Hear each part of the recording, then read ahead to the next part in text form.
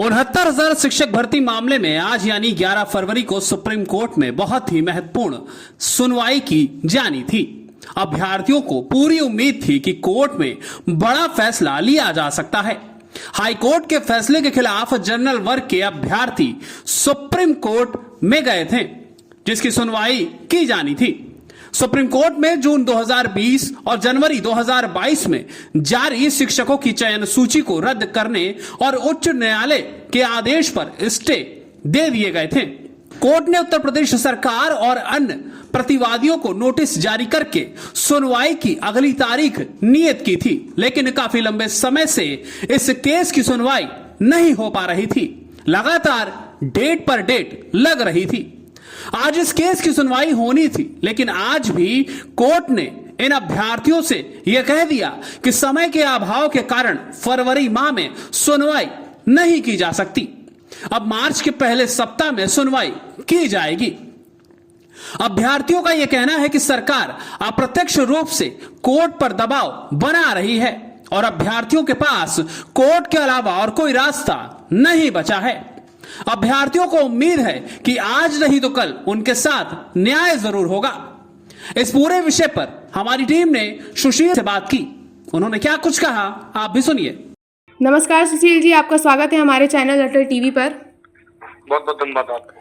69,000 शिक्षक भर्ती के अभ्यर्थियों को लेकर आज कोर्ट में सुनवाई थी। क्या कुछ हुआ कोर्ट में? सरकार के लोगों ने क्या कुछ बातें कही, हमें विस्तार से बताएं।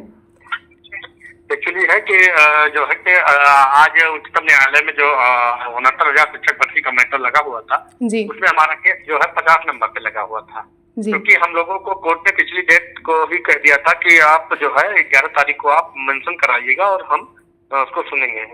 लेकिन आज जैसे हम लोगों ने इसको मेंशन कराया तो कोर्ट ने ये कह दिया कि इस फरवरी के माह में हमारे पास टाइम नहीं है, इसलिए हम इसको सुन नहीं पाएंगे। तब उसने कहा कि मार्च के फर्स्ट वीक में हम इसकी हेयरिंग करेंगे।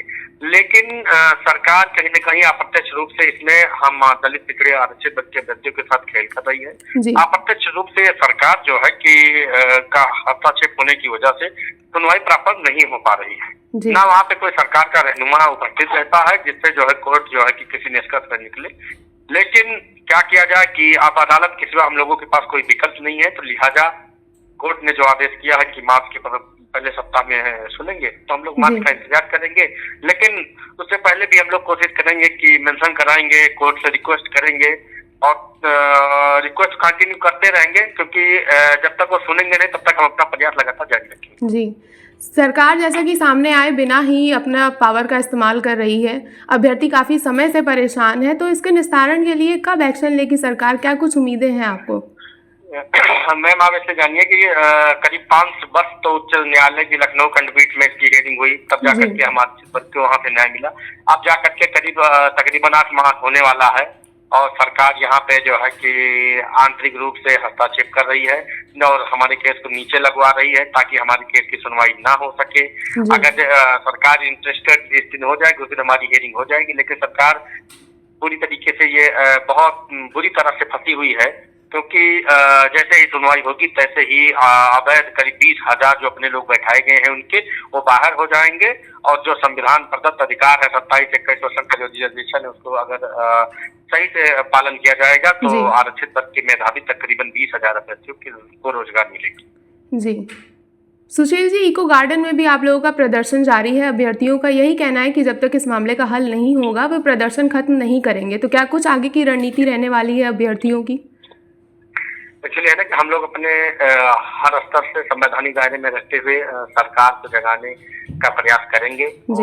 के माध्यम से यही कोशिश करेंगे सरकार किसी तरीके से जो अदालत पे खड़ी हो आए और अपना पक्ष रखे, हम भी अपना पक्ष रखें और जो हमारे यहाँ की व्यवस्था है, विधि व्यवस्था है, वो तय करे कि कौन गलत है कौन सही है। अगर हम गलत है तो अदालत तय करेगी कि हम गलत है, अगर वो गलत है तो अदालत ही तय करेगी। तो इसमें भागने की कोई जरूरत नहीं। अगर आप सही हो तो अदालत आइए, फेस करिए और एक जो है कि ये विधि व्यवस्था में जो व्यवस्था स्थापित है उसका पालन करिए आप। जी सुशील जी, अटल टीवी से जुड़ने के लिए बहुत बहुत धन्यवाद। वेलकम।